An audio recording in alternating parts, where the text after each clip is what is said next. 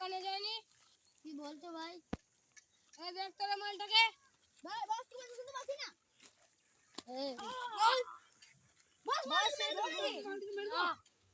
মালটাকে মারলে হবে না, মালটাকে জেলে বন্দি করে রাখতে হবে। তোর ভাইকে ফোন কর। স্যার আমার কাছে ফোন নেই। ফোন দিচ্ছি। হ্যালো ভাই, কি হলো ভাই?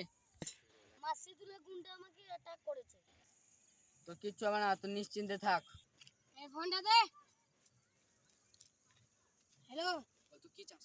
এই তুই কি চাস? তোর ভাইকে যদি বাঁচাতে চাস তাহলে 10 লাখ টাকা নিয়ে আয়, পুলিশকে কোনো খবর দিবি না। পুরো 10 লাখ টাকা দেবো যেন আমার ভাইয়ের না আচরণ হয়।